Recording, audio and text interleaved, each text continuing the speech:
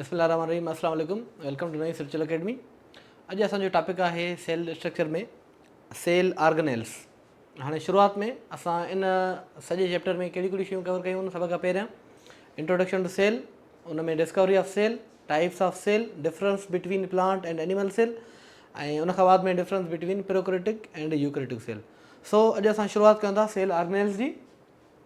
Sale organelles में सभ खां पहिरियां जेको सेल जी टोटल स्पेस कवर थिए थी, जंहिंखे असां साइटोप्लाज़म जो नालो ॾियूं था, इन खे पहिरियां असां डिस्कस कंदासीं।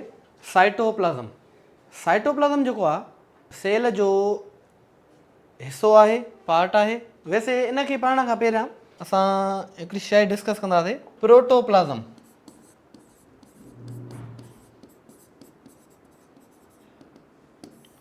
हिकिड़ो टर्म इस्तेमालु थींदो आहे प्रोटोप्लाज़म। प्रोटोप्लाज़म चइबो आहे कम्बिनेशन ऑफ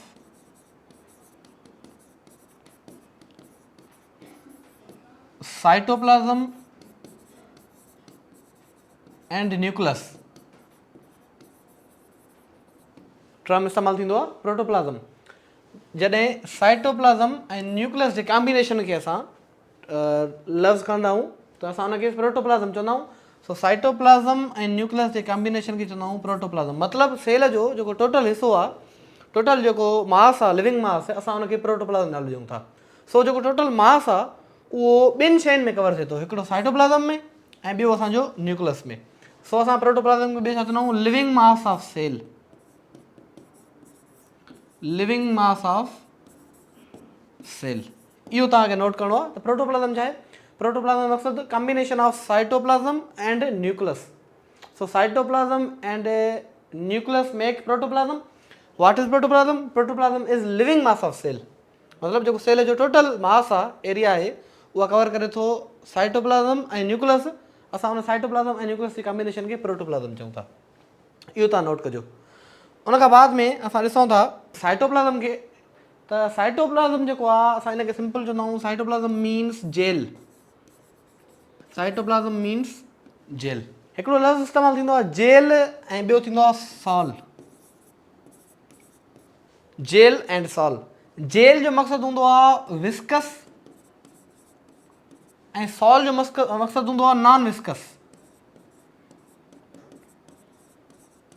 मतिलबु हिकिड़ो अहिड़ो फ्लूइड जंहिंजी विस्कासिटी हाई हुजे, जेको सेमी लिक्विड हुजे, जंहिंजो फ्लो स्लो हुजे, उहो विस्कस हूंदो। विस्कस मतिलबु जेल। ऐं हिकिड़ो अहिड़ो लिक्विड जेको नॉन विस्कस हुजे, असां हुनखे सॉल सां छो कंदा आहियूं? मतिलबु जंहिंजी विस्कासिटी घटि हुजे, जीअं जेको फ्लो वधीक हुजे हुनजो, जेली लाइक न हुजे, त उन लाइ असां इस्तेमालु कंदा आहियूं सॉल। सो जेको साइटोप्लाज़म आहे, cytoplasm is gel means viscous. सो ॾिसो लिखियलु आहे jelly like semi fluid material present between cell membrane and nucleus. अच्छा, हिते तव्हां इनखे ईअं बि चई सघो था, साइटोप्लाज़म खे ईज़ी करे असां साइटोप्लाज़म खे ईज़ी में ईअं बि चई सघूं था, the distance between nuclear membrane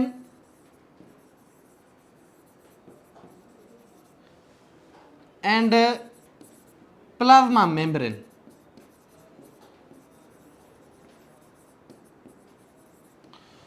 total distance जेको न्यूक्लियर मेम्ब्रेन ऐं प्लाज्मा मेम्ब्रेन जे विच में मौजूदु आहे, असां हुनखे साइटोप्लाज़म सॾियूं था। ॾिसो, हे सेल आहे असांजो, हे न्यूक्लियस ऐं साइटोप्लाज़म। हाणे हे असांजी न्यूक्लियर मेम्ब्रेन आहे, न्यूक्लियस जी मेम्ब्रेन आहे। हे जेको टोटल असांजो आहे एरिया, इहो साइटोप्लाज़म आहे। हे प्लाज्मा मेम्ब्रेन या सेल मेम्ब्रेन आहे। मतिलबु हे न्यूक्लियर मेम्ब्रेन ऐं हे असांजी प्लाज्मा मेम्ब्रेन। हाणे न्यूक्लियर मेम्ब्रेन ऐं प्लाज्मा मेम्ब्रेन जे जेको बि विच में डिस्टेंस आहे या एरिया आहे, that is called cytoplasm. So simple तव्हां हिनखे डेफिनेशन ईअं बि चई सघो था, the distance between nuclear membrane and plasma membrane is called cytoplasm. ऐं साइटोप्लाज़म जेको आहे उहो इन जूं प्रॉपर्टीज़ सां लिखी छॾिजो। साइटोप्लाज़म जेको आहे उहो कलरलेस आहे। उन खां बाद में जेली लाइक सबस्टेंस आहे, जीअं मां तव्हांखे ॿुधायुमि पियो हिते, जेली लाइक सबस्टेंस। ऐं असां साइटोप्लाज़म खे छॾींदा आहियूं स्टोर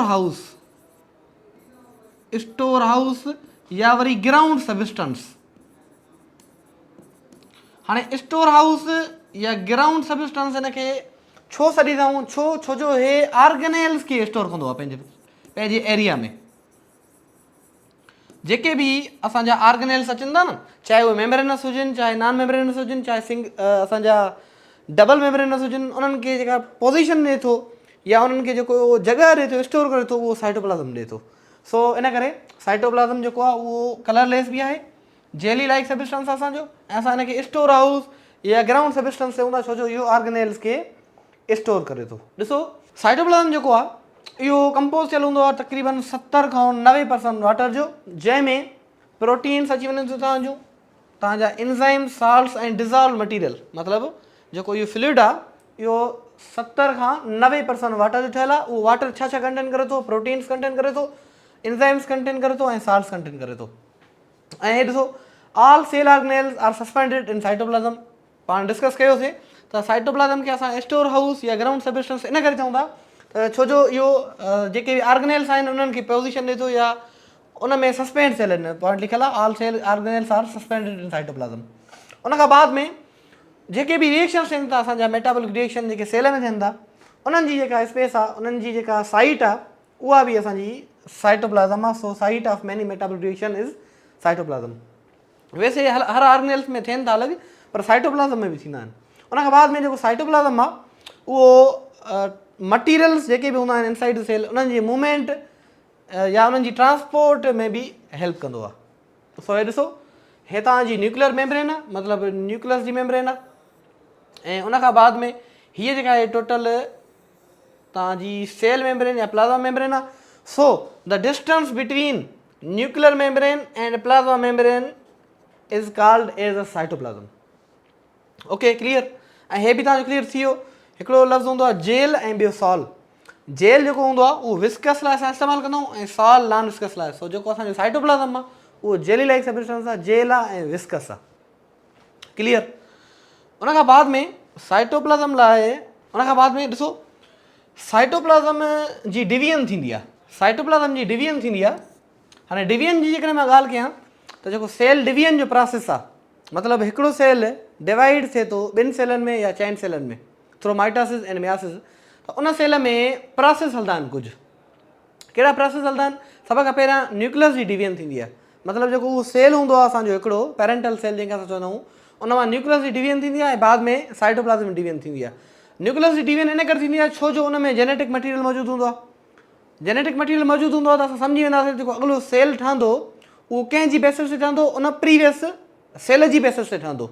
मतिलबु उन में इंफॉर्मेशन पई आहे in the form of genetic material, उहा अॻिते ट्रांसफर थींदी ऐं इहा इंफॉर्मेशन ट्रांसमिट थींदी त बाबा सेल इन टाइप जो ठाहिणो आहे। सो हाणे न्यूक्लियस जी जेका डिवीजन थी उहा ओके आहे, थी वई। हाणे उन न्यूक्लियस जी डिवीजन खां बाद में वरी साइटोप्लाज़म बि डिवाइड थींदो आहे। साइटोप्लाज़म बि अॻिते ट्रांसमिट थींदो आहे, उन जी बि डिवीजन थींदी आहे। सो इन लाइ एग्ज़ाम पॉइंट ऑफ व्यू जे हिसाब सां हिते मां सम्झां थो ज़रूरी आहे त अव्हांखे टर्म क्लियर कराए छॾियां। हिकिड़ो टर्म हूंदो आहे कैरियोकाइनेसिस। कैरियोकाइनेसिस हाणे ॾिसो बायोलॉजी टोटल टर्म्स ते डिपेंड करे थी। टर्मिनोलॉजी सब्जेक्ट आहे। कैरियोन जो मक़सदु हूंदो आहे न्यूक्लियस ऐं तव्हांजी काइनेसिस मतिलबु division. So karyokinesis is division of nucleus. जंहिं महिल असांजो सेल डिवीजन में असांजो न्यूक्लियस डिवाइड थिए थो, न्यूक्लियस ट्रांसफर थिए थो ॿियनि सेल्स में, न्यूक्लियस फॉर्म थिए थो, त इहो जेको प्रोसेस आहे इहो कैरियोकाइनेसिस आहे। इहो स्टेज में जेतिरनि में बि हलंदो आहे, असां हिनखे नेक्स्ट चैप्टर सेल डिवीजन में डिस्कस कंदासीं। सिर्फ़ु तव्हां हिते टर्म यादि रखो त karyokinesis is division of nucleus. ॿियो नंबर जेको टर्म आहे उहो आहे साइटोकाइनेसिस। साइटोकाइनेसिस काइनेसिस मक़सदु त डिवीजन, साइटो जो मक़सदु तव्हांजो छा थी वियो? Cytoplasm. So division of cytoplasm is called cytokinesis. ये ॿ टर्म आहिनि, एग्ज़ाम पॉइंट ऑफ व्यू खां यादि रखी छॾियो त जॾहिं न्यूक्लियस जी डिवीजन थिए इहो असांजो कैरियोकाइनेसिस प्रोसेस आहे, ऐं जॾहिं साइटोप्लाज़म जी डिवीजन थिए इहो साइटोकाइनेसिस प्रोसेस आहे। उन खां बाद में ॿी मेन शइ त सेल में साइटोप्लाज़म में हे असांजो सेल आहे, हे असांजो साइटोप्लाज़म, हे न्यूक्लियस। हाणे साइटोप्लाज़म में वाटर जी मूवमेंट हलंदी आहे कंटिन्यूअसली। वाटर जो जेको फ्लो आहे उहो मूव थींदो रहंदो आहे, मतिलबु हिन में वाटर फिरंदो रहंदो आहे, उन वाटर जी मूवमेंट स्ट्रीमिंग हलंदी रहंदी आहे। सो इन लाइ बि हिकिड़ो टर्म इस्तेमालु थींदो आहे जेको तव्हांखे मां सम्झायां थो। सो यादि रखी छॾियो, प्रोसेस कॉन्सेप्ट क्लियर हुजे त साइटोप्लाज़म में वाटर जी कंटिन्यूअसली साइक्लिक मैनर में, गोल मैनर में वाटर जी मूवमेंट हलंदी आहे। उन प्रोसेस खे या उन स्ट्रीमिंग खे असां चवंदा आहियूं साइक्लोसिस। इहो बि एग्ज़ाम पॉइंट ऑफ व्यू खां ज़रूरी आहे। साइक्लोसिस टर्म इस्तेमालु थींदो। साइक्लोसिस छा चवंदा आहियूं असां? सर्क्यूलर मूवमेंट ऑफ H2O इन साइटोप्लाज़म। त इन लाइ इहो टर्म बि तव्हांखे यादि करणु ज़रूरी आहे। साइक्लोसिस, जीअं कैरियोकाइनेसिस साइटोकाइनेसिस यादि कयो, साइक्लोसिस बि यादि रखो। सर्क्यूलर मूवमेंट या स्ट्रीमिंग ऑफ H2O इन साइटोप्लाज़म इज कॉल्ड एज साइक्लोसिस। उन खां बाद में जेको साइटोप्लाज़म आहे, इहो साइटोप्लाज़म में जेको बि डिज़ॉल्व सब्सटेंस हूंदो आहे, जीअं मां तव्हांखे ॿुधायुमि 70 खां 90%, त उन टोटल मटीरियल खे असां नालो ॾींदा आहियूं साइटोसोल। साइटोसोल इहो यादि रखी छॾियो। साइटोसोल मक़सदु त जेको बि डिज़ॉल्व सब्सटेंस आहे लिक्विड फॉर्म में, असां हुनखे कंबाइनेशन में चवंदा आहियूं साइटोसोल। हाणे उहो साइटोसोल कहिड़ी कहिड़ी शयूं कंटेन कंदो आहे?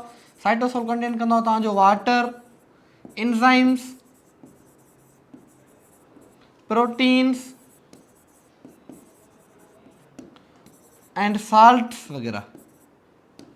मतिलबु जेको साइटोप्लाज़म जो टोटल असांजो मटीरियल आहे, लिक्विड आहे, उनखे असां कंबाइनेशन में छा चवंदा आहियूं? साइटोसोल।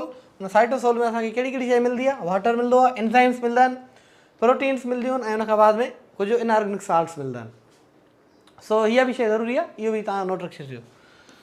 उन खां बाद में साइटोप्लाज़म जेको आहे, इन जा 2 पार्ट्स मिलंदा आहिनि असांखे।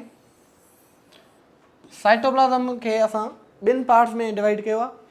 हिकिड़ो जेको साइटोप्लाज़म जो पार्ट हूंदो आहे उहो असांखे आउटर साइड ते, मतिलबु अलॉन्ग विथ प्लाज़्मा मेम्ब्रेन मिलंदो आहे।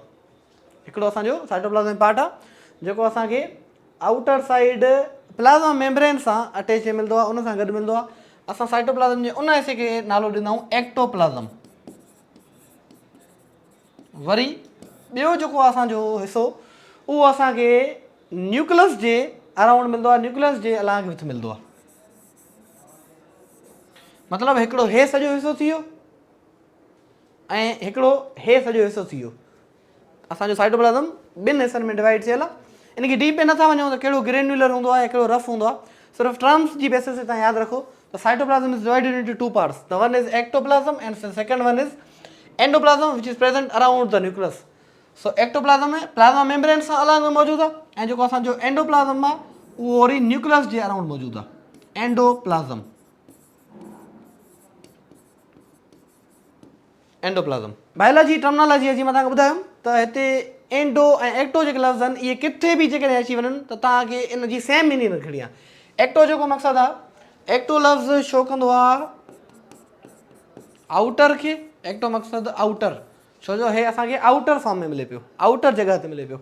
एंडो जेको लफ़्ज़ आहे, एंडो लफ़्ज़ रेफर कंदो आहे इनसाइड खे। ऐं ॿियो लफ़्ज़ हूंदो आहे मीज़ो। मीज़ो जो मक़सदु हूंदो आहे मिडिल, न आउटर न इनर, मिडिल, विचों। सो इहो बि तव्हांखे यादि रखिणो आहे। एक्टोप्लाज़म ऐं एंडोप्लाज़म बि साइटोप्लाज़म जा हिस्सा आहिनि। उन खां बाद में साइटोप्लाज़म में नेटवर्क ऑफ प्रोटीन फाइबर्स मौजूदु हूंदा आहिनि जेको ऑर्गेनेल्स खे पंहिंजी पोज़ीशन ॾींदो आहे। असां उनखे चवंदा आहियूं साइटोस्केलेटन।